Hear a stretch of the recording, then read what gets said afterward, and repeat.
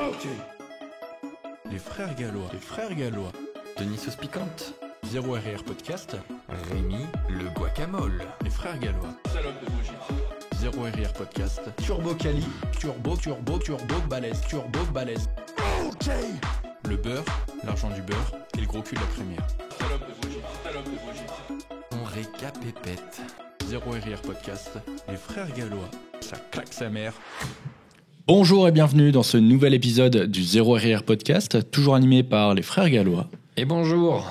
Et aujourd'hui, on va faire un podcast un peu particulier parce qu'avec Rémi, nous venons de rentrer de Thaïlande et on s'est dit, on va faire un podcast sur un peu la Thaïlande qu'on va très certainement élargir un peu à l'étranger. C'est aussi pour prolonger un petit peu nos vacances. Même si c'était pas vraiment des vacances, mais c'est pour se dire, on y était il y a pas si longtemps et même si on est revenu en France, on a toujours un pied en Thaïlande. En vrai, ça fait 2 semaines qu'on est rentré. Mais on y pense régulièrement parce que franchement, c'était cool. C'est vrai que la Thaïlande, ça manque un peu à Rémi, les transsexuels surtout. Il est chiant. C'est son running gag. Tu l'as déjà dit dans le dernier podcast. Tu sais, Denis, au bout d'un moment, la blague, elle marche plus. Oui, mais entre-temps, ça s'est vérifié. La dernière fois, c'était des spéculations. Entre-temps, ça s'est vérifié. Ah, l'exotisme de la Thaïlande. Surtout que, voilà, on va prendre le point de vue du pratiquant de musculation. En gros, ça va être, est-ce que la Thaïlande, c'est un bon pays pour le pratiquant de musculation? C'est vrai qu'il y a pas mal, on a rencontré pas mal de personnes en Thaïlande. Hein. On a rencontré Louis, donc The Prep Dad, avec qui on avait déjà tourné un podcast. On a rencontré Arthur Gaines et Lario, du coup, qui travaillent sur la marque Gaines Club. Et on a rencontré aussi Lou. Ouais. J'ai plus son blast sur les réseaux, mais on a rencontré Lou qui est aussi en Thaïlande actuellement. Et c'est vrai que eux, pour le coup, auront peut-être pas les mêmes arguments que nous sur la Thaïlande, auront peut-être pas, voilà, mais je sais que eux ont déjà donné leurs avis dans leurs vidéos, ce genre de choses. Mais c'est surtout que nous, on y a été pour quelques jours, si tu veux. Donc, on va avoir un avis, mais ça se trouve que c'est pas le vrai avis si on était resté plus de, je sais pas, 3, 4, 5 mois, histoire de bien s'imprégner aussi de la Thaïlande. Là, on va dire qu'on a fait un séjour quand même suffisamment long pour voir comment un go muscu pouvait se débrouiller en fait à Bangkok. Et on va vous en faire part. Donc le côté TripAdvisor, c'est vraiment le TripAdvisor de 10 jours, hein. C'est à peu près le temps qu'on y est resté. Non, peut-être moins. Après, je pense que quand même tu peux, c'est-à-dire que honnêtement, moi, quand on a été en Thaïlande, j'avais pour objectif de savoir si c'était une bonne destination pour moi pour y passer 3-4 mois dans l'année ou 2-3 mois dans l'année à partir de l'année prochaine, surtout sur l'hiver quand il fait froid dans le gym, etc. Je m'étais dit, bon, bah voilà, j'ai la possibilité de pouvoir bouger. Je cherche potentiellement un pays où je pourrais le faire, surtout l'hiver quand il fait froid. C'est vrai que les jours sont très courts, c'est pas ultra cool, surtout voilà, quand tu passes ta vie dans le gym à travailler, etc., à t'entraîner, tu peux très très vite ne pas te sentir très bien tout le temps. Donc je m'étais dit, bon bah voilà, je vais voir si la Thaïlande peut faire l'affaire. Spoiler, la Thaïlande ne peut pas faire l'affaire. Et si je dis ça, c'est en partie pour le watch time. Restez bien sur le podcast pour savoir pourquoi. Et attendez la dernière information qu'on va vous apporter parce que c'est la plus importante.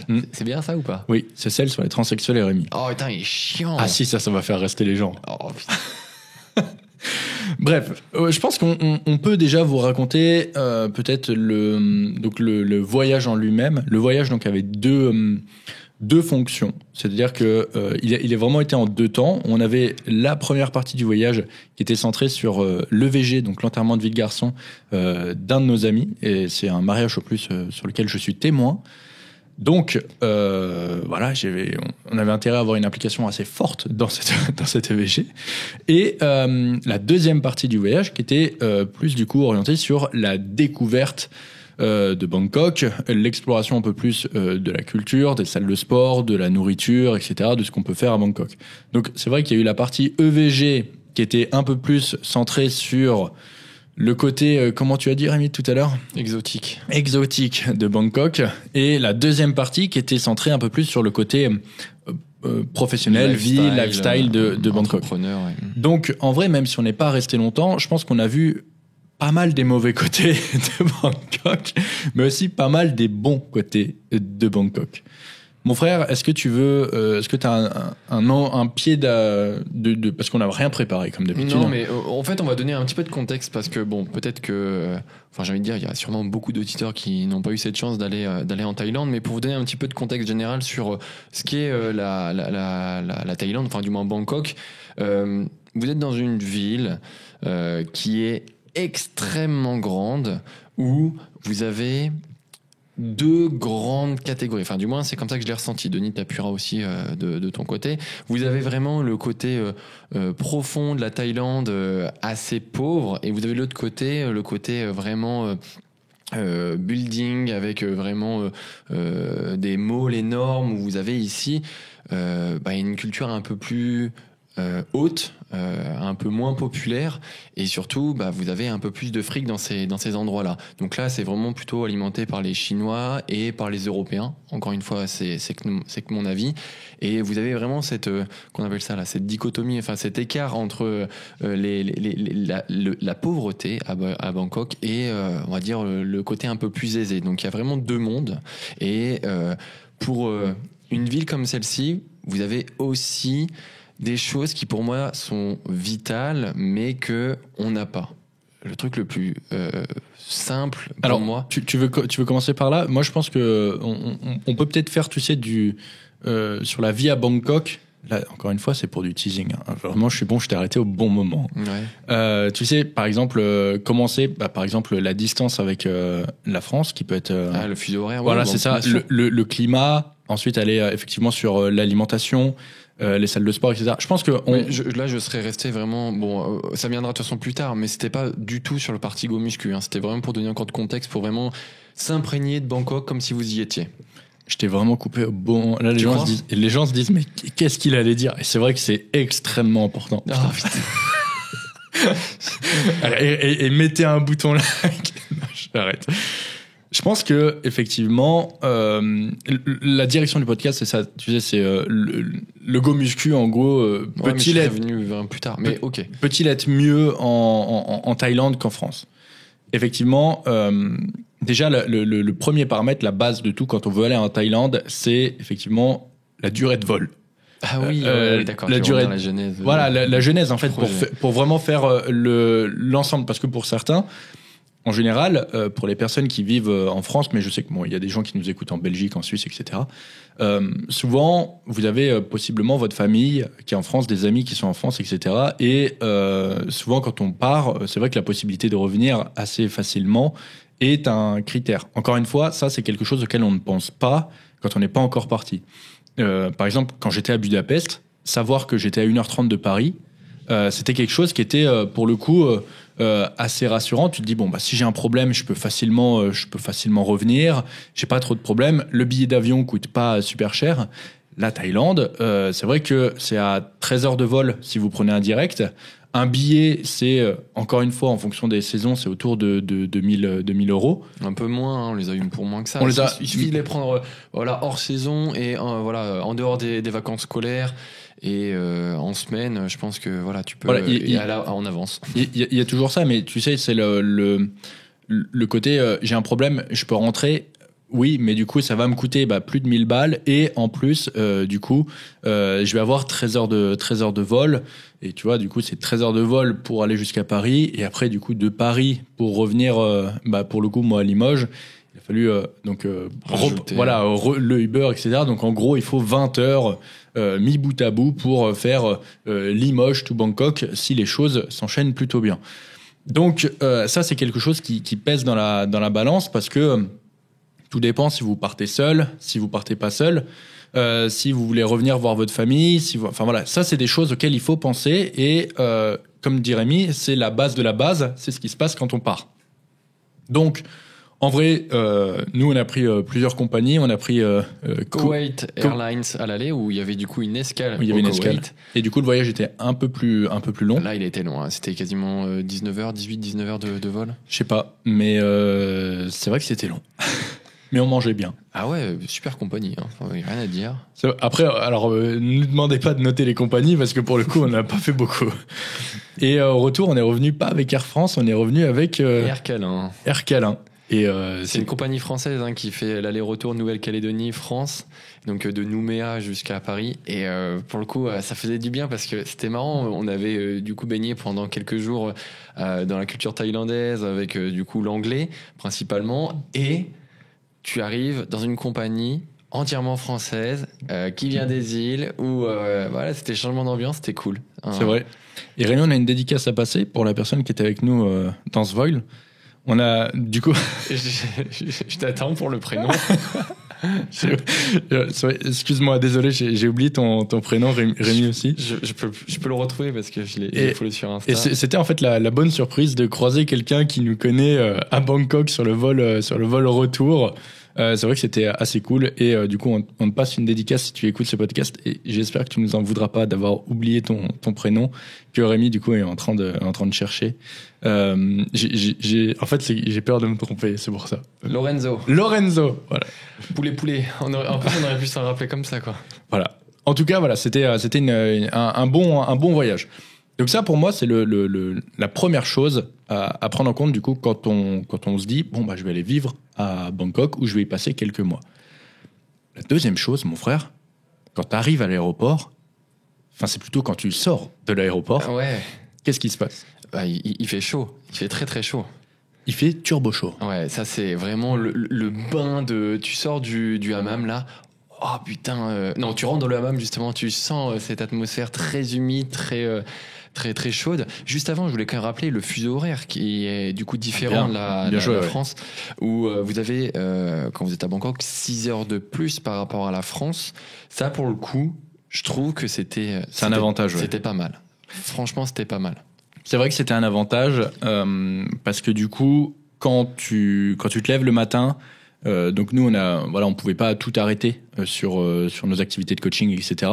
Donc on gardait au moins 2-3 heures par jour où on travaillait le matin. Et c'est vrai que ce qui avait de bien, c'est que tu travailles le matin, tu fais 2-3 heures de réponse à tes suivis, tu réponds à tout le monde et en fait vu comme tout le monde dort, bah, personne te répond. Alors que du coup en temps normal, quand tu es sur le fuseau horaire de la France, bah en fait moi je sais que je fais mes retours le matin entre 8h et 11h et enfin j'ai plusieurs créneaux, mais là où je fais tous mes retours c'est entre 8h et 11h le matin. Et en fait ce qu'il se passe c'est que bah mes suivis répondent. Du coup je leur réponds et en fait il y a un peu jamais de fin à tout ça. Donc c'est vrai que une des choses qui est assez intéressante quand tu as un fuseau horaire différent, c'est ça en fait. C'est tu réponds à tout le monde et après bah, tu peux passer à une autre tâche sur la journée. Ouais, alors moi j'y vois aussi un inconvénient parce que en fait c'est l'inverse de ce que tu as dit, c'est que on peut perdre un petit peu la fluidité dans les échanges. Alors on peut l'avoir parce que 6 heures c'est pas non plus énorme, mais par exemple je sais pas, vous devez faire un réglage sur une diète ou vous devez faire un réglage sur un plan d'entraînement parce que voilà il y en a besoin et vous proposez des choses et vous voulez les mettre directement en application dans le doc. Ben si vous n'avez pas les réponses, bah, vous avez posé la question, donc après il faut attendre la réponse, sauf que vous après du coup bah, vous êtes plus disponible, etc. Donc parfois il y a pour certaines choses où ça peut freiner un petit peu la fluidité des échanges. Voilà, mais c'est vrai que c'est agréable et pour le coup moi j'ai pu traiter mes bilans beaucoup plus rapidement effectivement, mais voilà j'avais cette impression de saccade en fait, de pas avoir toujours la même vitesse d'échange avec c'est vrai qu'on j'ai pas trop senti non plus, mais parce qu'avec Rémi on a eu quand même un rythme assez particulier avec assez peu de sommeil, ce qui fait qu'effectivement le matin quand on se levait tôt donc on répondait et après on continuait de répondre tout au long de la journée, sauf que vu comme on se couchait tard parce que on allait danser en boîte de nuit. Putain, on a fait les steps en boîte de nuit. Voilà. Moi, je voyais que ça comme intérêt. Personnellement. Rémi me regarde et me dit tu sais danser? Je lui dis non, mais je fais mes steps. Bah oui, mais qu'est-ce que tu veux qu'on fasse d'autre? Non, je me suis. Premier jour, j'étais nul en danse. Deuxième jour, j'étais un peu meilleur. À la fin, je te faisais Michael Jackson. Ouais, et tu vas bientôt ouvrir une formation de danse. Ouais, Dance with Denis. Denis, c'est vrai. Mais du coup voilà, c'était vu comme on avait des journées très longues, ça faisait que par exemple voilà, quand j'en avais marre de danser, hop, je faisais une petite pause, je répondais aux 3-4 messages auxquels je n'avais pas répondu, et également on y reviendra après, les transports sont très longs. Il y a énormément de temps de transport, ce qui fait que quand tu as 45 minutes de voiture, bah tu peux travailler. Donc ça effectivement, le fuseau horaire c'est quelque chose d'important, ça a des avantages et des inconvénients. Allez, on continue avec la Miss Météo. Voilà, le climat maintenant, c'est vrai que je me suis dit, bon, bah moi je vais chercher un endroit où il fait chaud pour passer l'hiver. Parce que j'étais là en mode, bon, bah c'est chiant le froid. Bon, quand je suis arrivé, j'ai dit, je préfère le froid. Vraiment, c'est ce que je me suis dit. Je me suis dit, je préfère les 2 degrés du Gigi que les plus de 30 degrés de Bangkok. Mais en fait, c'est pas... La problématique, c'est pas 30 degrés sec, comme tu as en France, c'est 30 degrés humide. C'est-à-dire que... tu vois, j'ai fait une vidéo il y a pas si longtemps où tu sais, je parle du voyage un peu en avion, etc. Du fait que je me chie un peu dessus à l'idée de prendre le vol. Et il y a des gens qui m'ont dit, putain, t'es en débardeur dans l'avion, tu regrettes vite en général. Parce qu'en fait, ce qui se passe, c'est que t'as très chaud quand tu montes dans l'avion, et puis après t'as très froid parce qu'il y a la clim, et puis en altitude il fait plus froid. C'est pour ça qu'ils mettent des petites couvertures. Bon, en fait, moi, ce qui s'est passé, c'est que altitude ou pas altitude, je crevais de chaud dans l'avion. Et puis on était en classe économie avec Denis, côte à côte. Je peux t'assurer que on était serré, quoi. Ouais, donc tu vois, quand t'as chaud là où tout le monde a froid, déjà c'est un indicateur que quand là où tout le monde a chaud, bah toi t'as méga chaud, quoi. Et effectivement, j'ai perdu des litres et des litres de flotte en arrivant parce que le climat pour le coup est très très chaud, et en fait ça en devient presque désagréable de faire ces steps, même très compliqués. Ce qui fait que si tu veux faire tes steps, hein, même ça c'est ce qu'on disait avec Louis et Arthur, c'est que tu fais tes steps en fait à l'intérieur dans une salle de sport ou dans ton condo, dans la salle de sport, voilà, de ton condo, t'as un tapis, tu fais tes steps là-dedans. Parce qu'en fait, marcher dehors, alors c'est compliqué à cause de la température, mais c'est aussi compliqué pour d'autres raisons sur lesquelles on reviendra après. Mais effectivement, la température peut être un frein pour certains, là où d'autres vont vraiment l'aimer. Je sais que, par exemple, il y a une fille que je connais de Limoges qui était aussi à Bangkok. Enfin, elle n'a pas fait que Bangkok, mais elle était en Thaïlande à ce moment-là. Et elle disait, bon, la température, c'est nickel, tu vois. Il y en a qui apprécient. Voilà, il y en a qui apprécient. Donc, encore une fois, c'est le climat va correspondre à certaines personnes et pas à d'autres. Mais c'est une donnée qu'il faut avoir, dans le sens où quand tu te dis, bon, il fait 30 degrés, ouais, ça a l'air trop bien. Mais 30 degrés sec, c'est pas la même chose que 30 degrés humide. C'est vraiment quelque chose qu'il faut savoir. Ouais, et puis je trouve que, tu vois, là-bas, le soleil, il est un peu fourbe. Parce que, je sais pas si t'as fait gaffe, mais on le voit pas si bien que ça, le soleil, parce qu'il est caché soit par les nuages, soit par peut-être la pollution ou un mélange des deux. Donc, du coup, tu sens qu'il fait chaud, tu sens que l'atmosphère est lourde. Mais par contre, si tu fais pas gaffe, si tu mets pas un peu de crème solaire, tu peux vite te choper des gros coups de soleil. Parce que, du coup, c'est un peu pénible. J'ai un problème avec ma chemise, avec les boutons qui tapent sur la... J'ai essayé de la retirer, mais bon, je vais faire autrement. Donc ouais, ça c'est vraiment le côté fourbe, c'est que tu peux pas marcher sans vraiment subir le climat, subir en fait cette atmosphère qui est lourde. Je te rejoins aussi, quand tu marches là-bas, tu peux pas et marcher et répondre à tes suivis ou répondre ou regarder ton téléphone ou regarder autre chose ou regarder même le paysage, parce que là-bas tout bouge extrêmement vite, ça grouille de partout, ça fourmille, et il faut être au contraire très vigilant. C'est vrai qu'on va continuer sur ça. Effectivement, les steps sont effectivement impossibles parce que, comme l'a dit Rémi, Bangkok, c'est une ville qui bouge. C'est une ville qui est tout le temps active, la journée comme la nuit. Surtout même la nuit, j'ai envie de dire. Et en fait, ce qu'il se passe, c'est que le code de la route aussi là-bas, il dépend du conducteur. Donc c'est un peu, voilà, quand tu traverses une route, tu te chies un peu dessus. Hein. Ouais, parce que les petits passages piétons là, faut pas leur faire confiance. Hein. Voilà, au moment où on fait cette vidéo, il y a un vlog sur la Thaïlande qui est sorti sur YouTube. Je vous invite à aller le voir si vous l'avez pas vu. Regardez les passages piétons. Donc le bonhomme rouge, il est vraiment pas content, quoi. Genre quand le bonhomme est rouge, tu sais qu'il faut attendre. Et le bonhomme vert, quand il passe au vert, il y a une petite animation et il marche pas, il court. C'est-à-dire c'est vrai. Quand tu passes le passage piéton, tu vas vite quand même, parce que vraiment, et puis les feux en plus là-bas sont très très très très longs. Donc ça c'est un peu chiant aussi, dans le sens où quand tu arrives et que tu veux traverser, tu dois attendre très longtemps, mais en même temps, quand t'attends, tu t'es pas tranquille parce que tu dis bon bah ok, le feu il va durer plus d'1 minute. Je sors mon téléphone, je réponds à 2-3 suivis ou je passe un coup de fil. Non, ça se passe pas comme ça. Il y a des scooters qui se faufilent, il y a des gens qui passent, il y a des espèces de vélos à 4 roues, il y a des gens qui sont partout, il y a des taxis qui t'accostent, qui te disent tu veux monter? Non, parce que les taxis ils veulent pas que tu fasses tes steps là-bas. C'est vraiment les tuk-tuk aussi. Tu vois, ils t'accostent. En fait, il faut que tu fasses attention. Il faut toujours que tu fasses attention. Même quand t'es au feu arrêté. Tête d'Européens aussi. Mais il y a aussi un autre truc, c'est que si tu veux marcher, il faut marcher en continu là-bas. Parce que dès que tu t'arrêtes, en fait, tu te liquéfies tellement qu'il fait chaud. Tu te rappelles, il y a un espèce de grand carrefour là où on a attendu peut-être 5 minutes parce que la file de gauche, la file de droite, la file d'en face, la file...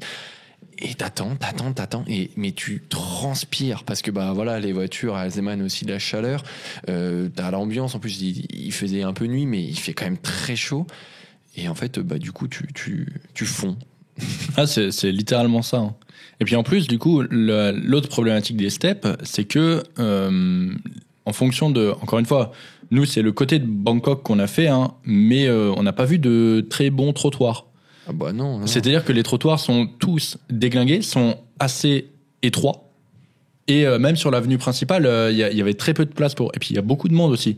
Donc c'est compliqué. Et il y a même certains endroits, si vous avez vu le vlog, je vous invite à aller le voir. En fait, là-bas, tous les fils électriques sont apparents. Et il y en a qui pendent dénudés. Donc en gros, tu te dis, bon, à tout moment, j'évite quelqu'un. Hop, si j'évite pas le fil, je me le prends. C'est bon. Croche-patte. C'est bon, ouais, je rejoins Ziz. C'est Claude François qui s'est électrocuté. Ouais, aussi. Enfin, après, Ziz, c'est la Thaïlande. Ziz? Ouais. Ziz, Thaïlande? Oui, je sais rien. Dans le sauna. Hein?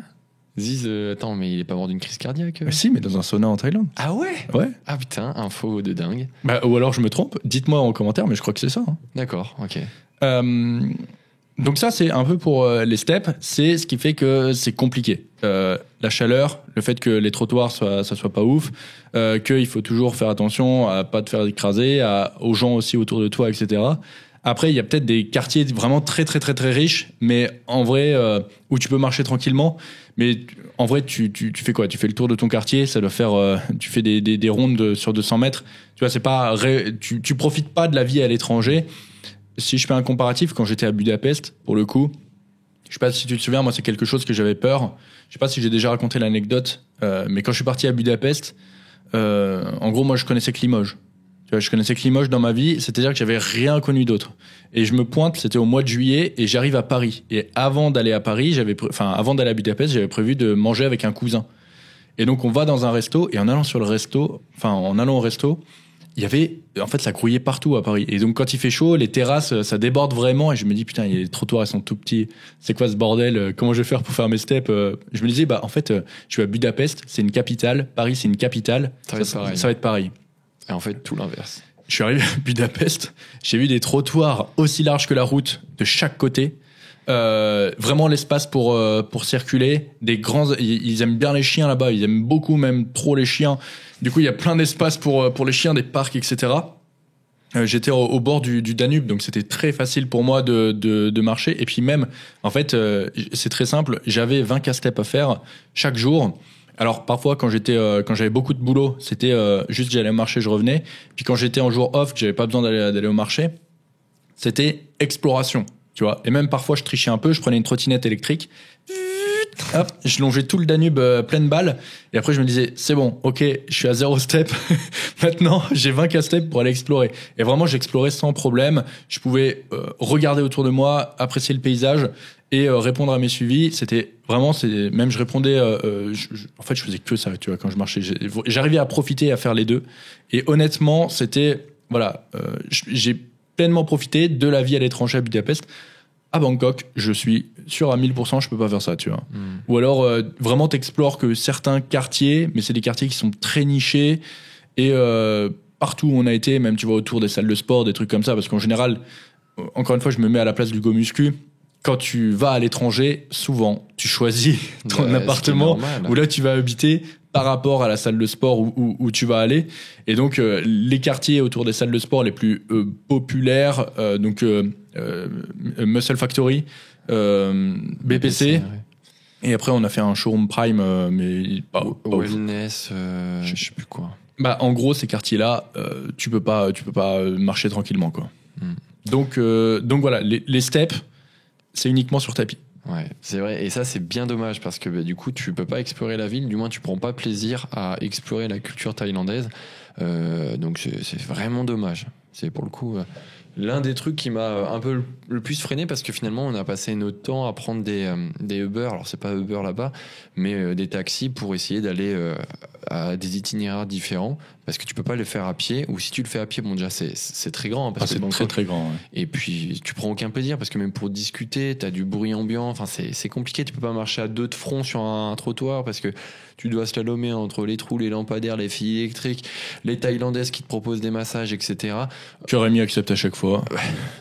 Elle le demande si gentiment. Oui, mais Rémi, c'est pour la finition qu'il accepte. Non, c'est pas vrai. J'ai pas pris un seul truc. Parce que, attends, après. Ah oui, il y a des témoins, il y a des témoins. Il y a des gens tordus en commentaire qui vont dire non, je n'ai pas pris ce côté exotique. Ne croyez pas tout ce que Rémi vous dit.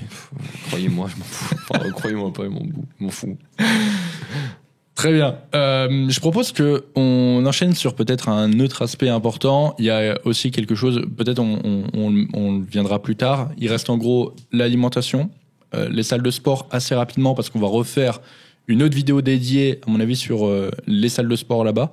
Mais on va passer quand même rapidement là-dessus. Et le coût de la vie. Est-ce que tu vois d'autres choses sur lesquelles peut-être ça viendra au fur et à mesure? Ouais, je pense aussi. On peut enchaîner du coup sur l'alimentation. Merci, ouais. Rémi, est-ce que tu étais 100% confiant de manger en Thaïlande? Alors absolument pas. S'il y a bien un endroit où justement je me sentais pas à l'aise de me resservir ou même de manger un truc comme ça là dans la rue, c'est bien là-bas. Franchement, en fait, les odeurs là-bas, c'est corrélé en même temps aussi à ce que je voulais dire en tout début de vidéo par rapport au contexte de Bangkok. Tu peux y aller, Rémi, tu peux le dire. Ben non, mais c'est que ça pue en fait. Il y a une odeur dans les rues entre la pollution, entre les aliments qui sont frits, qui sont proposés comme ça sur des charrettes, et puis les déchets qui sont pas du tout traités ou pas suffisamment traités. Il y a des poubelles partout et ça sent la mort dans des rues. Franchement, tu te bouches le nez. Et alors, si vous êtes sensible un petit peu aux odeurs, c'est vraiment un truc qu'on remarque et qui, en fait, te coupe tout de suite l'envie de manger quelque chose dans les restos. Bangkok, c'est génial pour le cut, hein. La chaleur vous coupe l'appétit et les odeurs vous recoupent l'appétit. Donc c'est fantastique pour ça. Si vous voulez faire un cut, allez à Bangkok. Ouais, et puis tu vois que c'est... Alors, ils connaissent pas l'hygiène, hein. On va dire que tout ce qui est normes HACCP, les 5M, etc., là, dans l'alimentaire, c'est pas respecté. On va partir déjà d'un point de base. Il n'y a pas d'eau potable. Voilà, je pensais que c'était ça que tu allais dire. Bah, j'allais y venir. En fait, il y a donc très peu de traitement au niveau des déchets, très peu de traitement des eaux usées, voire peut-être même pas. Je sais même pas comment c'est traité. Et puis, bien sûr, il n'y a pas d'eau potable. C'est vrai que l'eau potable, c'est vraiment quelque chose de compliqué. Et c'est là où on se rend compte que c'est une chance en France d'avoir de l'eau potable. Parce qu'en fait, tu te dis, je prends ma douche, je me rince la bouche, tu te dis, faut pas que j'avale l'eau, quoi. Tu te laves les dents, c'est compliqué, tu vois. Il y en avait avec nous. Bon, moi, je suis pas voilà, je me cassais les couilles de devoir me laver les dents avec une bouteille. Mais il y en a qui se lavaient les dents avec une bouteille. Par crainte, ouais. C'est-à-dire que si tu chopes une petite diarrhée ou une tourista, bah, tu niques ton voyage. Tu niques le voyage, effectivement. Mais, voilà, c'est vrai que ça, c'est quand même une problématique parce que, en plus de ça, bah, tu dois toujours acheter de l'eau. Donc ça, c'est vrai que vu comme tu perds beaucoup d'eau, tu dois boire beaucoup d'eau, donc tu dois acheter beaucoup de packs d'eau. En vrai, c'est un truc auquel il faut penser, parce que c'est chiant de se trimballer des packs d'eau. Et en plus de ça, ouais, tu vas à la salle, bah, tu sais, truc tout con, tu remplis ta gourde au robinet. Bah non, tu peux pas. Il faut que tu aies ta bouteille avec toi. Tu vois, c'est une façon différente de vivre. Et puis, ouais, tu te méfies un peu de tout. Et puis, le premier réflexe, tu te souviens, il y en a un qui était avec nous, qui est très certainement pas trop décuvé de la première soirée, on a dû l'arrêter parce qu'en gros, il s'est rempli un verre d'eau. En plus, c'était pour boire, tu sais, un truc qui réhydrate un petit peu, là, je sais plus le nom, là. Hydratis, je sais pas quoi. Je sais pas quoi. Il est pharmacien en plus à la base, donc il savait très bien ce qu'il prenait. Par contre, l'eau, Il voulait boire son truc avec l'eau du robinet. On lui a Ouais. dit, mais attends, là, c'est sûr que ça va t'hydrater, mais pas dans le bon sens du terme. Du coup, il a trouvé la solution, il a bu du whisky. C'est- C'est vrai, c'est véridique. mais du coup, pour voilà, c'est en fait la base, et c'est un truc auquel il faut aussi réfléchir parce que c'est quand même un confort auquel il faut penser sur quelque chose voilà qu'il va falloir toujours perpétuellement. Alors tu t'habitues, mais c'est vrai qu'au début ça peut être un peu compliqué. Et après, comme l'a dit Rémi, au niveau de l'alimentation, bon bah il y a plusieurs types d'alimentation. Il y a du coup la fameuse street food thaïlandaise. Et effectivement, quand on regarde des vidéos de touristes qui ils disent bon bah voilà, allez ici, la street food c'est cool et tout. Moi je vais regarder des trucs comme ça avant. Jamais de ma putain de vie j'achèterais un truc dans la street food. Ça ne donne pas confiance. Tu sens que le truc en fait bon bah voilà, parce que là-bas aussi il y a pas beaucoup de bons morceaux. C'est beaucoup des abats, des trucs comme ça. Ouais. Moi j'aime bien les abats, mais il y a des limites parce que du coup ils te font des brochettes avec des bouts de foie, de poulet, de machin et de trucs. Ok, je suis d'accord. Mais en fait, tu sens qu'ils l'ont pas vendu le premier jour. Du coup, ils l'ont fait refait frire le deuxième jour. Ils l'ont pas vendu le troisième jour. Et tu sens que le truc, bon, déjà, t'as plus de lipides que de protéines dans le bordel. Et en plus de ça, bon, bah voilà, c'est un ticket, c'est un aller simple vers la chiasse. Ouais, cuit, recuit. Tu sais, il y avait des crocodiles dans les rues qui étaient en train de tourner là. Tu sais que le crocodile, là, il tourne depuis peut-être un mois, facile.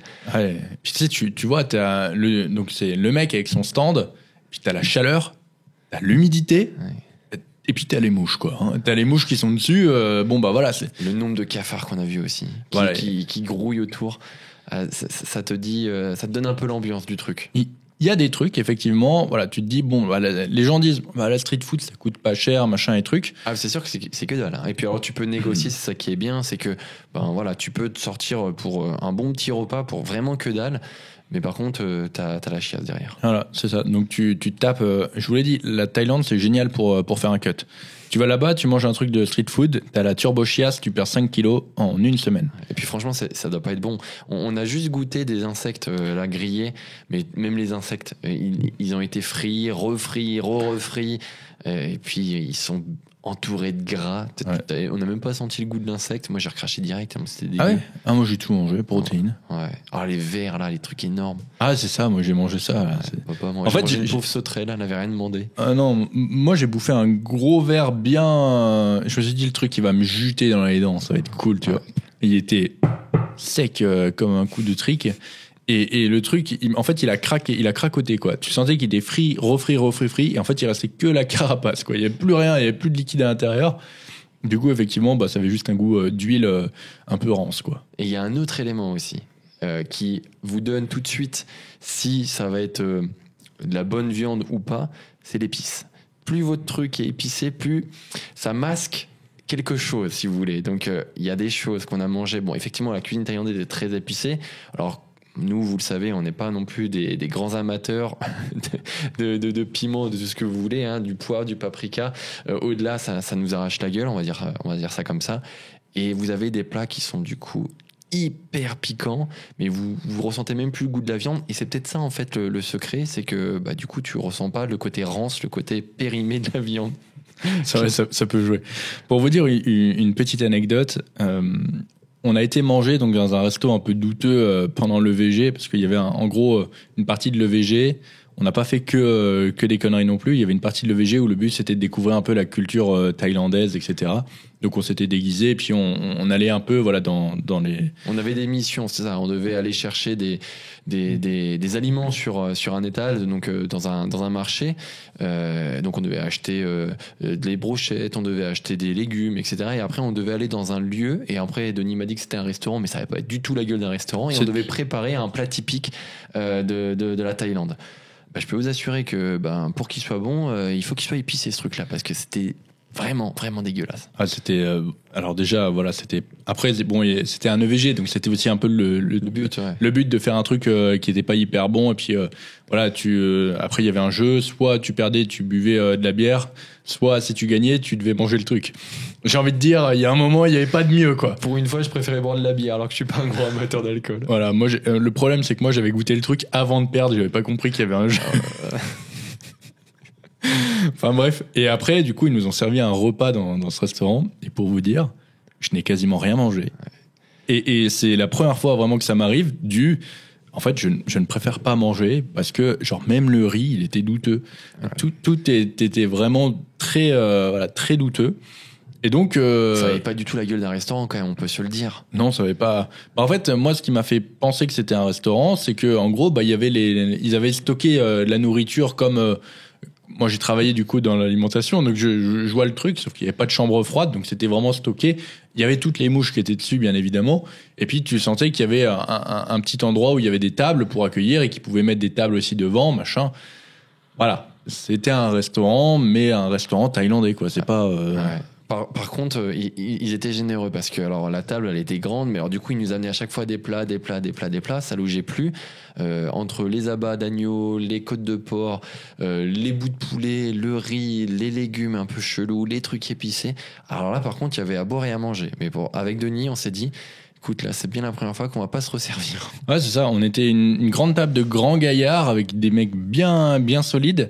Et ils ont apporté. En vrai, je pense qu'ils n'avaient pas apporté assez, tu vois. Si ça avait été bon, je pense qu'il n'y aurait jamais eu assez. Ils auraient dû ramener, ils auraient continué à amener. Mais je pense qu'ils ont dû pas trouver ça trop bizarre qu'on mange pas. Je sais pas, ça les a pas choqués. Mais c'est vrai que avait une carapace, si tu veux, elle était enveloppée comme si tu avais fait un truc dans de la panure. Tu te fais ton petit poulet avec de la chapelure. Tu fais ça griller dans ton air fryer, c'est bon, quoi. Là, tu sentais qu'il y avait une couche, une pellicule qui avait été faite naturellement parce que ça avait été recuit. Donc, tu avais un emballage qui faisait partie intégrante de la viande. Mais c'était pas normal, quoi.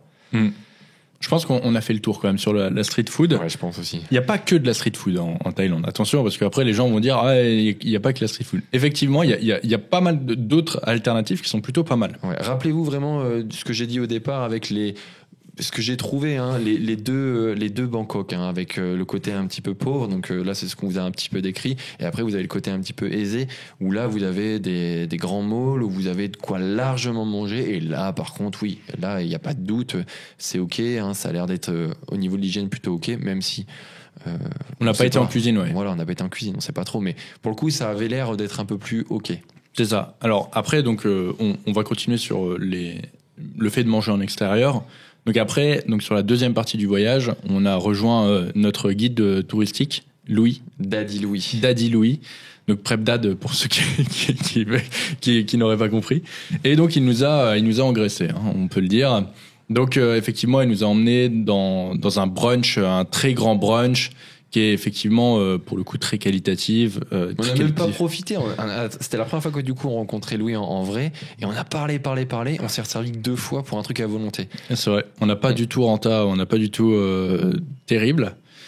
Du coup, ce qu'on a fait, c'est qu'après on a enchaîné sur un Starbucks classique où là, Louis nous a montré sa recette secrète, mais on la divulguera pas. T'inquiète pas, Louis, ton secret sera bien gardé.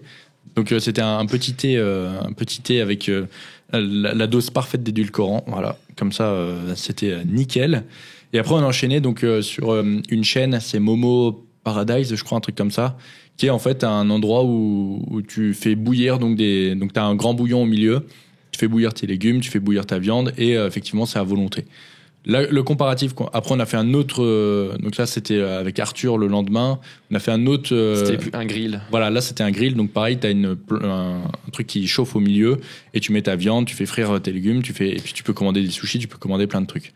Là, pour le coup, en gros, c'est ce genre de resto, c'est à peu près le même prix qu'en France. Hein. C'est ce que j'allais dire, on a à peu près 30 € par personne, peut-être un peu plus pour... Bref, aux alentours de 30-40 € grosso merdo, et vous avez tout à volonté. Mais ça, c'est un petit peu ce qu'on retrouve en France. Il y a juste le côté un petit peu ambiance de voilà, vous faites cuire votre truc, vous avez votre bouillon, vous commandez à volonté, vous avez l'application, et du coup, vous prenez tout ce dont vous avez besoin, c'est apporté. Voilà, c'est le même prix qu'en France, mais vous avez plus de services qu'en France. Voilà, et là pour le coup, niveau service, ils se foutent pas de votre gueule. Les Thaïlandais pour ça, ils sont hyper polis, hyper respectueux. Ils prennent le temps de venir vous débarrasser entre temps. Ils vous demandent si tout va bien. Ils vous amènent tout ce dont vous avez besoin. Enfin vraiment, ils sont petits oignons avec vous. C'est vrai que ça, avant de continuer sur la nourriture, on peut faire une petite aparté. C'est vrai qu'on n'a pas fait sur les tailles, en fait, tout simplement, qui sont effectivement extrêmement gentils. Ouais, parce qu'on est des Européens et que il n'y a pas un petit tips. C'est vrai que là-bas, ça marche beaucoup avec le pourboire. C'est-à-dire que, et puis il y a beaucoup, je trouve que partout où vous allez, il y a beaucoup de personnel. Beaucoup plus qu'en France. C'est-à-dire que dans un restaurant français, vous allez avoir, je sais pas, 5 serveurs et du coup, je sais pas, 3 cuisiniers. Et dans le restaurant thaï, les cuisiniers, on voit pas. Mais en tout cas, il y a genre 20 serveurs. Ce qui fait que vous avez quasiment 2 serveurs par table. Du coup, c'est pour ça que ça va assez vite pour vous servir, ça va assez vite pour vous débarrasser, etc. Et c'est partout comme ça. Et effectivement, ils sont très gentils. Alors effectivement, comme dit Rémi, là-bas, tu peux vraiment, ça marche beaucoup avec le tips, la négociation, etc. Alors pas dans les trucs comme on a décrit là, ou dans les malls. Voilà, là c'est cadré. Je veux dire, il y a de la compta derrière. Oui. Tu vois que c'est déclaré. Par contre, pour tout ce qui est dans la street food, là, par contre, faut vraiment pas vous faire avoir. On revient 30 secondes dessus. Attention, parce que pour ça, ils sont très très chauds en négoce et il faut pas lâcher. Notamment quand vous prenez un taxi, quand vous prenez un tuk-tuk ou quand vous prenez un truc dans la... Bon, comme on l'a dit, peut-être pas, mais si vous voulez manger un truc dans la street food, méfiez-vous et essayez de brader pour vraiment ne pas vous faire avoir. Et Rémi, tes massages, tu les as bradés ou pas? Non, j'ai pas eu de massage, arrête. Ah bon? T'es sûr? Oui. Très bien. Tout ça pour dire qu'effectivement les Thaïs sont vraiment très très gentils. C'est vrai que et puis il y a quand même tu sens que voilà tu laisses tes affaires au Starbucks, tu vas pisser, tu crains pas pour tes affaires. C'est vrai que ça c'est quelque chose. Et puis même ils sont très par exemple avec Rémi le premier jour on a pris le taxi et pour aller du coup à la villa on avait une mauvaise adresse parce que là-bas c'est pareil, Google Maps, les adresses françaises et les adresses thaï, Un bordel. c'est un bordel. Oh la vache. Mettez toujours l'adresse thaï parce que en fait nous on s'est gouré plein de fois parce qu'on mettait l'adresse pas la bonne adresse quoi. Donc quand vous avez l'adresse thaï, donnez l'adresse thaï ou rentrez l'adresse thaï parce que sinon soit vous allez pas arriver au bon endroit, soit votre nourriture elle va pas arriver au bon endroit. De toute façon, le taxi, s'il comprend pas l'adresse, il va vous demander votre téléphone et il va zoomer comme ça là sur Google Maps. Il va dire c'est bon, je reconnais le quartier, ok, on va prendre cette route et tout. Et après, il se met en mode taxi. En mode taxi, le film. Ouais. Il change la plaque, tu sais, il met la nitro et c'est parti. Ouais. Mais c'est vrai que nous, on n'avait pas mis la bonne adresse. Et ce qui s'est passé, c'est que du coup, on lui a dit ah bah non, en fait, c'est là. Donc là, on a montré l'adresse thaï parce qu'entre-temps, on avait récupéré l'adresse thaï. Et en fait, c'était à plus de 10 minutes. Et il a fait un super demi-tour de la mort où il a rayé sa voiture. Ah ouais, putain, là, il a gueulé un petit peu quand même. Mais gueulé gentiment, c'est-à-dire que il était plus désolé pour nous d'avoir entendu ce bruit-là quelque part, j'ai l'impression, plutôt que lui par sa caisse. Il s'est excusé d'avoir rayé sa caisse, quoi. C'est ce qui était fou. Et il nous a emmenés sans problème, alors que du coup c'était plus loin que la course initiale. Enfin, vraiment, c'est vrai que les Thaïs sont vraiment très très très très gentils. Et c'est vrai que, petit aparté, mais c'est vrai que ça fait mal au cœur quand on voit la plupart des Européens de 40, 50 ans qui y vont juste pour profiter d'eux, quoi. Ouais, c'est vrai. Bon, ça, on pourra en parler un petit peu. On pourra en parler un peu sur la fin. Ouais. On va rester bien jusqu'au bout. on va revenir sur l'alimentation. Donc l'alimentation, effectivement, si vous voulez manger en extérieur, donc il y a des restos qui, pour le coup, peuvent être qualitatifs. Il y a pas mal d'alternatives diètes aussi. Et puis après, il y a également les 7-Eleven, qui sont des magasins qui sont ouverts tout le temps, 24 heures sur 24. Vous pouvez y aller n'importe quand. Et dedans, vous retrouvez en fait de quoi manger. Souvent, donc vous verrez dans le vlog, on prenait souvent des boissons protéinées. On prenait que ça là-bas parce que le reste, c'était un peu douteux quand même. Hein. Après, ça dépend. Il y a d'autres choses. On n'a pas exploré tout. Mais c'est vrai que la nourriture thaïlandaise, moi, je fais pas confiance à l'étiquette nutritionnelle et à la liste des ingrédients. C'est-à-dire que on a pris des fraises séchées parce que là-bas il y a beaucoup de fruits séchés. C'était très bon d'ailleurs. Elles étaient très bonnes, hein. Elles étaient très très très très trop sucrées. Et quand tu regardes la composition, tu vois 100% strawberry. Te fous pas de ma gueule. Donc effectivement, il y a des trucs comme ça sur les étiquettes nutritionnelles. Tu te dis ouais, je pense que il y a des trucs c'est pas 100% fiable. Même tu sais les shakers au poulet. Ah oui. Ils mettaient 85 grammes de protéines. Mon cul. Il n'y a pas du tout 85 grammes de protéines. Donc voilà, il y avait parce que 85 grammes de protéines qui logent dans une petite bouteille comme ça, avec du poulet. Tu vois, enfin, je veux dire, il y a un moment, En plus, c'est ce que nous disait Louis, il me semble. Déjà, tu doutes, et voilà, c'était confirmé par notre guide touristique. Il y a aussi un autre truc en Thaïlande, c'est que il est hyper facile de se faire livrer ou d'aller manger en extérieur parce qu'en fait, on peut manger quand on veut. Et ça, c'est un truc à Bangkok, c'est qu'il n'y a aucun problème pour manger à n'importe quelle heure. Et surtout dans les Airbnb ou bref, dans les logements, il y a des cuisines, mais elles sont pas équipées ou en fait, ça te donne même pas envie de cuisiner parce que il fait déjà chaud, etc. Donc naturellement, tu vas, en plus au vu du coût de la vie, commander ou aller acheter un truc dans un 7-Eleven parce que t'en as un toujours à 150 mètres de ton domicile, enfin de ton logement. Et ça, pour le coup, c'est vrai que c'est un truc sur lequel, on tombe assez facilement quand on est en voyage, mais si on vit sur place, je pense que voilà, il y a des trucs sympas à faire pour bien s'organiser. Mais c'est vrai que les cuisines, généralement là-bas, les gens ne cuisinent pas chez eux. Louis, ce qu'il nous disait, c'est que lui, du coup, il passe par une société de meal prep. Ouais. Pour le coup, qui a un tarif assez élevé, mais au moins, il est sûr de ses macros à l'intérieur. Il est sûr, de la qualité de l'alimentation. En soi, ça revient, je pense, quand même bien plus cher que s'il était en France et qu'il préparait lui-même ses repas. Mais au moins, il a confiance dans la nourriture, il n'a pas besoin de se faire chier et il a ses macros. Donc, il y a des alternatives, mais encore une fois, on y reviendra à la fin. Au niveau du coût, c'est forcément plus cher. Il y avait on va parler maintenant des salles de sport, mon frère. Ouais, comme on l'a dit rapidement, parce qu'on va dédier, et puis il y a déjà une vidéo YouTube qui en parle un petit peu, on va vraiment dédier après un podcast directement à ça. On a fait 3 salles de sport, sachant qu'on a commencé par la plus populaire, qui est donc Muscle Factory, qui est considérée à Bangkok comme le Gold Gym de la Thaïlande, là où tous les influenceurs vont. Et c'est vrai, elle a quand même cette gueule de salle un peu mythique. Tu rentres, déjà c'est un entrepôt qui est super grand. T'as des grands posters sur les murs. Alors c'est un peu old school, on s'y attendait aussi. Mais t'as le vidéoprojecteur qui balance toujours la même vidéo alors en l'occurrence c'était Rich Piana, mais il doit y en avoir d'autres aussi, des vieux body, etc. Alors il y a quand même des bons côtés. C'est vrai qu'au niveau de l'ambiance, j'ai fait une série de leg curl avec le mariage de Rich Piana en arrière-plan. Je peux vous jurer que la série, il était vraiment ultra anabolique. Non mais retour en 2010, quoi. C'est vraiment ça, quoi. Voilà, il y a quand même. Alors, je vais pas vous mentir, cette salle, elle a une âme. Ah ouais, 100%. Mais matos de merde. Voilà, on n'en dit pas plus. On détaillera ça dans la vidéo qu'on va tourner juste après, où on reviendra en détail sur le matos, beaucoup plus en précision. On a fait également BPC. BPC, du coup, qui est une salle où beaucoup, du coup, d'influenceurs français et même un peu de partout s'entraînent. Personnellement, j'ai pas trouvé que la salle était fantastique. Et après, on a fait le Showroom Prime à la fin. Showroom Prime et puis Kaiser. Et Kaiser. Et en fait, je vous le dis... Et mur d'escalade. Et mur d'escalade. D'ailleurs, il pensait qu'on venait pour une séance sur le mur d'escalade à la base. On lui dit non, nous c'est muscu. C'est vrai. Ça se trouve, il t'a vu, il a dit putain, lui, il a une physique de mec qui fait de l'escalade, quoi. C'est vrai.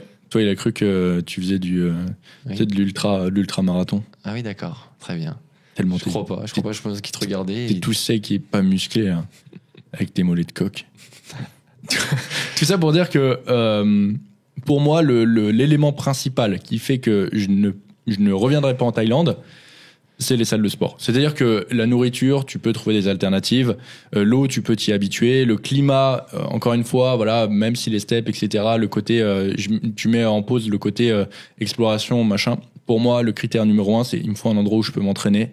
Il y a 0 salle où j'ai été, où je pouvais m'entraîner sur le long terme. Et ça, on va l'expliquer dans la vidéo qu'on va faire juste après et qui sortira très bientôt. Donc si tu veux pas la rater, il faut t'abonner. Ouais, parce que c'est vrai que les 3 salles qu'on a choisies là, c'est les 3 salles qui revenaient du coup sur les avis en fait de Bangkok par rapport aux salles de sport. Alors il y en a plein d'autres des salles de sport, mais vous vous en doutez, elles sont pas forcément autant mises en avant. Donc si on a choisi celle-ci, c'est qu'elle sortait du lot par rapport aux autres. Et même si on n'a pas fait les dizaines, vingtaines, trentaines d'autres salles qu'il y a sur Bangkok, c'est parce qu'il y a aussi une raison, c'est qu'elles sont aussi moins bonnes. Donc c'est vrai que ça, c'est un gros critère. Et très très loin aussi. Voilà, et j'allais y venir. C'est que pour aller dans une de ces 3 salles de sport, soit votre logement il est à côté, et ça, c'est OK. Sinon, faut prendre un taxi. Et alors là, il faut prendre sa petite couverture, son petit oreiller, et prendre son taxi et faire sa sieste. Parce que c'est tellement long, il y a des embouteillages tout le temps, à n'importe quelle heure.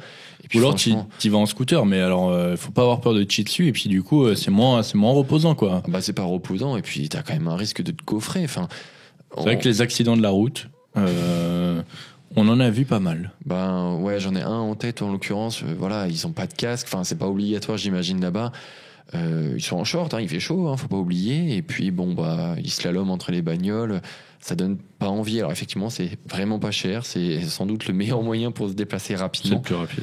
Mais par contre, non, c'est trop dangereux. Et on nous a demandé plusieurs fois, ouais, on va prendre un scooter pour aller plus. Non, on prend une voiture, on prend un tuk-tuk à la limite, mais je veux pas prendre un scooter. Jamais de la vie, là, tu crèves. Ça, c'était du coup le point sur les salles. On arrive quasiment à 1 heure de podcast. Je pense qu'on va conclure avec Le coût de la vie. le coût de la vie, effectivement. Et peut-être après le côté sombre un peu de la Thaïlande. Le coût de la vie, donc ce qu'on dit souvent, c'est que la Thaïlande, c'est moins cher. Mais en réalité, c'est faux. Je pense que c'était C'était une réalité, je pense, il y a quelques années. il y a quelques années, mais étant donné que maintenant, ça s'est un petit peu développé. et puis ça dépend en fait du standard que vous voulez. C'est-à-dire qu'en général, quand vous venez en Thaïlande, vous prenez souvent un appartement dans un condo, donc un espèce d'immense immeuble où vous allez avoir voilà du service, souvent un rooftop, une salle de sport. C'est là où va y avoir quand même voilà des appartements avec la clim, des appartements assez grands. Et puis souvent, bon bah à proximité des salles de sport, c'est aussi ce que vous avez. Donc si vous êtes un go muscu, vous pensez comme ça. Et c'est vrai qu'un condo, bah c'est quand même assez vite cher. Hein, c'est On s'est renseigné, c'est aussi cher que à Paris, par exemple. Hein. Enfin, voilà, c'est ça. C'est si vous voulez un truc, un minimum bien, c'est vous comptez au moins 1200, 1300 euros. Et si vous voulez un truc qui est vraiment mieux pour entre guillemets augmenter vos standards de vie, c'est vous allez chercher 1500, 2000 euros au niveau de votre appartement déjà. Donc dire que c'est moins cher, c'est pas forcément vrai sur ce point-là. Après, au niveau des salles de sport, bah les salles de sport, elles sont rush sa mère. Hein. Vous prenez BPC, c'est un peu plus de 100 euros par mois. La séance d'essai à Muscle Factory, c'est 40 balles. Ah oui, j'ai plus. Ouais. C'est pas moi qui paye. C'est moi qui ai payé, je me rappelle. Ah, mais je peux pas vous dire alors. Mais c'est 40 balles ou un peu moins. Je ferai reconfirmer, je vous mettrai en commentaire. Et pour le coup, ouais, je trouve que c'est cher pour une salle de sport, déjà rien que pour la séance d'essai. Et puis après, bah, pour l'abonnement, je me rappelle plus. Mais c'était aussi rush. Ouais, c'est assez cher. Surtout une salle de sport où tu te dis, bon, bah, je peux pas m'entraîner, quoi. Tu peux t'entraîner. Bon, teasing terminé, mais on peut s'entraîner, mais il faut faire des concessions. Oh, faut faire beaucoup trop de concessions. Voilà, beaucoup trop. Voilà, honnêtement, véridique, hein, je m'entraînerais mieux à Basic Fit. Tu sais que j'ai exactement dit la même chose à un de mes suivis qui m'a posé la question sur la vie à Bangkok. J'ai dit, écoute, franchement, je crois que je préférais m'entraîner dans un Basic Fit. Ah ouais, Et mais il m'a dit, ouais, tu déconnes et tout. Je dis, bah si. Zéro blague, vraiment zéro blague. Allez, on arrête là, Denis. On en reparlera dans la prochaine vidéo. Oh là J'ai là, hâte, du hein. teasing. Hein. Et le coût de la vie, donc les logements, les salles de sport. Et après, du coup, l'alimentation. Donc, effectivement, l'alimentation, vous pouvez manger pour pas cher si vous allez dans les trucs où vous n'êtes pas sûr de l'alimentation. Si vous voulez tout de suite avoir une alimentation un peu plus précise, un peu plus fiable, si par exemple vous voulez compter vos macros, bah tout de suite ça a quand même un coût. Même les grandes surfaces, parce que du coup il y a des grandes surfaces, hein, tu te souviens on avait fait une grande surface, bon bah le poulet c'est 2,50€ le kilo, je suis d'accord, mais tu passes en fait, bon certes c'est climatisé, mais t'as ton poulet qui a l'air libre, tu prends des petites pinces, ouais. tu prends ton pochon, ta pince. Moi je prends pas du poulet comme ça, tu vois, genre c'est l'allée simple, encore une fois, c'est le ticket direct vers la chiasse. Ouais, et puis bon aussi c'est qu'on a une accroche par rapport à ça, on est sensibilisé parce qu'on vient du monde agricole, on a l'habitude quand même de manger ou de faire du moins attention à ce qu'on mange, et en l'occurrence là-bas je pense que bon, le poulet ou n'importe quelle autre viande, elle n'est pas nourrie aussi bien qu'en France. Et ça, c'est vrai que c'est une vraie chance au niveau de la qualité de ce qu'on bouffe. On a quand même des labels, on a quand même de la traçabilité, on a quand même des étiquettes qui sont fiables. Là-bas, c'est un peu douteux. Voilà, donc c'est vrai qu'avec Rémi, peut-être aussi que, bon déjà, De base, un Français fait attention à ce qu'il mange, mais nous, c'est vrai qu'on pousse souvent les choses à l'extrême sur le choix. Bon, si vous avez déjà regardé des full day of eating que je peux faire, c'est vrai que sur le choix de l'alimentation, il y a des choses qui sont très précises et j'ai besoin de cette précision que je retrouve pas en Thaïlande, à moins d'y mettre un certain prix. Et à ce moment-là, en fait, c'est un prix qui va être vraiment beaucoup plus cher. Si vous voulez, également profiter d'un service comme il peut y avoir de préparation, donc de meal prep, c'est des choses qui se font. Par exemple aussi à Bali. Alors pour le coup à Bali c'est beaucoup moins cher, mais en Thaïlande, si vous voulez passer par ça, c'est Bangkok, tu veux dire. À Bangkok, pardon. Non, ça existe aussi à Bali, mais à Bali c'est moins cher. Ouais. Et du coup à Bangkok ça existe aussi, mais du coup on parle de 300 à 400 euros par semaine. Donc oui, vous faites plus vos repas. Oui, du coup vous avez au macro. Oui, vous êtes sur de l'alimentation. Mais qui peut mettre 1200, 1500 balles dans sa bouffe par mois? Voilà, il y a des choses. Donc au final. Puis après, il y a les sorties. Donc, bien sûr, vous pouvez faire plein de choses. Hein. Il y a le cinéma qui est génial. Il y a plein de trucs qui sont géniaux, etc. Mais encore une fois, tout ça a un coût. Et aujourd'hui, dire, je vais en Thaïlande parce que c'est moins cher, selon moi, c'est pas un argument. C'est pas, je veux dire. Il y a des choses où forcément tu vas payer un peu moins cher qu'en France. Comme on l'a dit, il y a certains trucs par rapport à l'alimentation. Mais de là à se dire que tu vas diviser par 2 ton coût de la vie là-bas, c'est faux.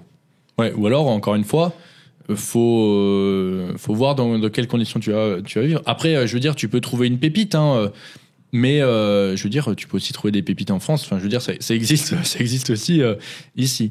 Donc voilà, dire que c'est moins cher la vie là-bas, parce qu'en fait, alors pourquoi on a fait ce podcast ? Encore une fois, quand on a dit qu'on allait en Thaïlande, il y a beaucoup de personnes qui nous ont dit que, en gros, elles voulaient potentiellement aller y vivre parce qu'elles en avaient entendu que du bien, etc. Moi, j'y suis allé pareil en me disant, ça va être trop bien. Je pense que je vais y revenir de ouf. Ça va être incroyable. BPC, je voyais les machines, j'étais là, trop bien. Muscle Factory, je voyais les machines, j'étais là, trop bien. Et en fait, il y a toujours ce que tu penses et la réalité. Et en fait, ça c'est une réflexion aussi que j'ai eue avec moi-même, c'est que en gros, souvent quand ta situation te plaît pas forcément quand t'es en France ou même ailleurs, hein, tu te dis toujours que l'herbe est plus verte ailleurs. Toujours. Ouais. Tu te dis la Thaïlande c'est mieux, c'est moins cher pour ci, il y a des meilleures salles de sport, il y a du meilleur matos, et tu te mets en fait un peu à rêver de ta vie là-bas, alors qu'en fait tu y as jamais été, et tu te mets en fait à te dire ok, l'herbe elle est pas seulement plus verte là-bas, elle est également plus belle, elle a des meilleures tiges, les feuilles sont plus belles, tu vois, tout est mieux. Et en fait ce qui se passe c'est que pendant que tu regardes l'arbre qui est là-bas, t'oublies toi d'arroser ton gazon. Donc c'est sûr qu'en fait, toi ton gazon il est de plus en plus pourri. Hein. Il y a un moment où il reste plus que la terre et plus rien ne veut y pousser parce qu'en fait t'entretiens pas ton gazon. Et en fait je me suis fait cette réflexion que quand je suis parti à Budapest, j'étais dans une situation où en gros, pour moi Budapest, c'était ça, c'était l'herbe était plus verte, il y avait des turbo-salles de sport, etc. Parce que j'étais dans une situation qui n'était pas réellement favorable. J'avais un appart de merde, j'avais une situation de merde. J'allais dans une salle qui me plaisait pas forcément parce que à ce moment-là j'étais viré des bonnes salles dans lesquelles je pouvais aller. Voilà, il y avait plein de trucs comme ça. Maintenant, je suis dans une situation où, en fait, j'ai arrosé mon gazon. C'est-à-dire que là, mon gazon, il est pas vert, mec, il est étincelant. Tu vois, c'est des cheveux soyeux, le bordel. Tu vois, ça brille. Donc, forcément, en fait, maintenant, j'ai ce point de vue où quand je regarde à côté, c'est le gazon en fait, il me paraît pas si vert que ça. Il me paraît un peu jaune moisi. Mais c'est pour ça que, en gros, peut-être qu'on a un aspect un peu négatif de la Thaïlande qui est ressorti. On a quand même dit qu'il y avait des points qui étaient positifs. Ouais, parce que là, on a l'impression de passer pour des princesses de voilà, c'est ça. Là-bas, ça va pas, ils bouffent pas, les salles de sport, c'est nul, machin. Mais en gros, c'est que aujourd'hui, je parle pour moi, j'ai créé un environnement qui est tellement favorable que même si j'allais à l'étranger, en fait, dans une, tu me fous dans une villa à Bali, machin, avec turbo salle de sport, en fait, il va falloir beaucoup plus que ça pour que ça soit meilleur que l'environnement que moi-même j'ai créé.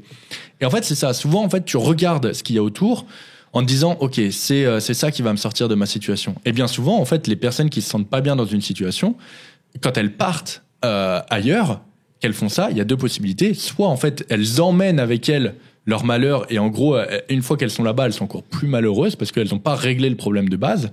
Soit effectivement, dans certains cas, ça permet d'avoir un nouveau départ sur certaines choses, etc. Je dis pas, mais ce que je veux dire, c'est que pose-toi la question de qu'est-ce qui fait que tu ne te sens pas bien dans ton environnement, et est-ce que en fait, si tu fantasmes sur d'autres environnements, sur d'autres endroits, est-ce que c'est pas juste parce que tu n'as pas suffisamment arrosé ton gazon?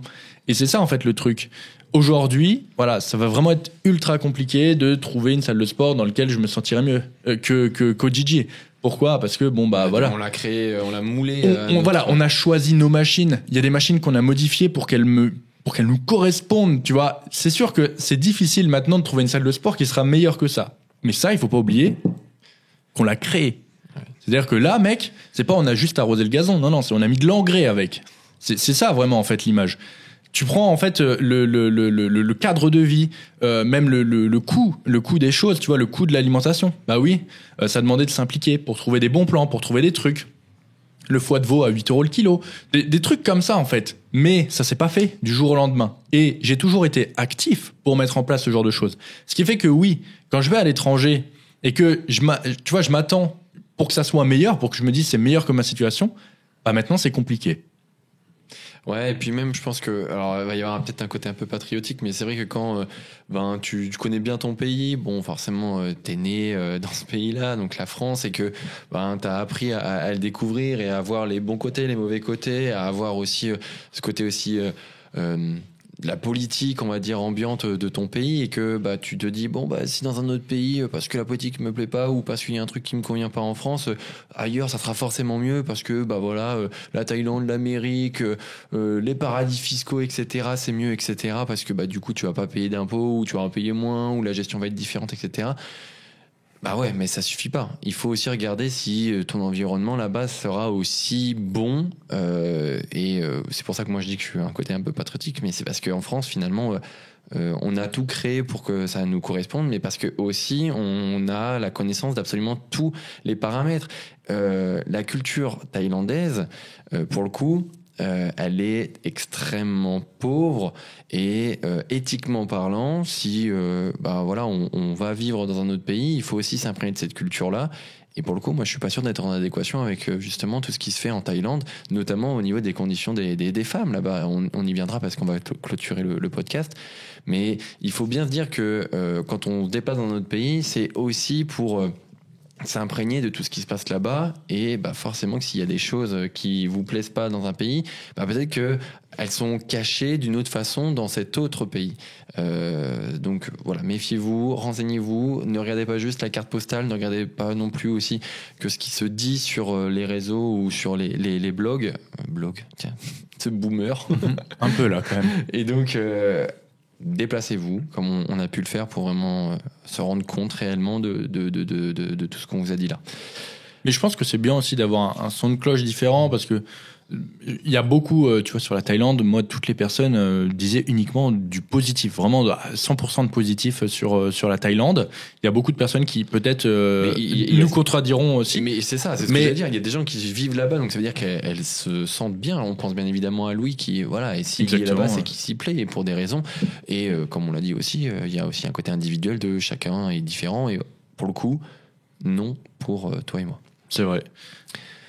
Est-ce que tu veux conclure sur le côté sombre un peu de Bangkok ou pas? Ouais, parce que j'en ai un petit peu parlé. En fait, culturellement là-bas, on est vraiment sur le truc au ras des pâquerettes au niveau des conditions pour la femme, en l'occurrence. Bien sûr, il y a d'autres choses aussi un peu plus deep, mais pour le coup, le tourisme sexuel, parce qu'il faut le dire, là-bas, c'est monnaie courante. C'est-à-dire que les Européens ou les personnes un peu aisées, qui sont un peu vieilles et qui ont des thunes et qui savent pas quoi en foutre parce que ils ont une vie misérable dans leur pays, vont là-bas pour faire quoi? Pour courtiser les Thaïlandaises. Ouais, non, pour monétiser plutôt les Thaïlandaises. Ouais. Et c'est vrai qu'en fait, c'est devenu...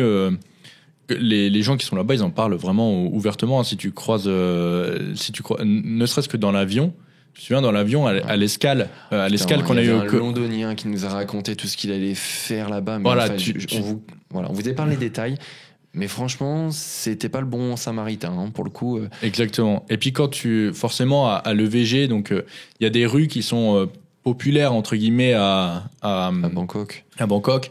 Donc forcément, tu vois, c'est le genre de truc où tu déguises le gars qui va se marier et puis tu traverses la rue. Sauf qu'en fait, quand tu traverses la rue, bon, il y a le côté c'est rigolo parce que tu t'es avec le marié, machin, il est déguisé dans Et la puis rue. nous, on est vraiment à distance de tout ça. Voilà, C'est-à-dire c'est que on a le recul nécessaire sur la situation pour dire que bah voilà, c'est pas ok. Et puis t'es là pour le VG. Sauf qu'en fait, quand tu regardes un peu autour de toi et que tu regardes les bars, bah tu vois bien que c'est que des Européens de 40-50 ans avec 2-3 femmes qui sont en train de monétiser tout ça, quoi. Donc il y a quand même un côté assez malsain, et c'est vrai que bon bah tu te dis c'est pas un cadre de vie ultra positif, surtout que bon bah en fonction de là où t'habites, il y a forcément des salons de massage un peu olé olé qui sont pas trop loin. Il y a pas mal de c'est des choses qui sont courantes, et c'est vrai que bon bah voilà, il y en a qui vont adorer la Thaïlande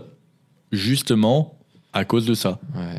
C'est cette culture du en fait tu peux acheter une femme pour qu'elle te fasse ce que tu veux, et en fait c'est vraiment, mais avec Denis on était là, mais ils ont tous la même gueule, quoi. C'est que des gars de 40, 50 ans là qui sont les rois du pétrole, là, qui, tu vois, t'as l'impression que voilà, ils sont là, ils vont tout acheter, tout est facile pour eux, et puis en fait, les bars là-bas, ils sont ouverts sur la rue, donc tu les vois, ils sont avec leur bière, avec leurs deux nanas côte à côte là, et tu vois, je sais pas, c'est tellement malsain, on pourrait même pas vous décrire mieux la situation que ça. En fait, je pense que ce qui va vous faire comprendre la situation, c'est que rien que d'y repenser, j'ai même pas envie de faire une blague comme quoi Rémi y a été.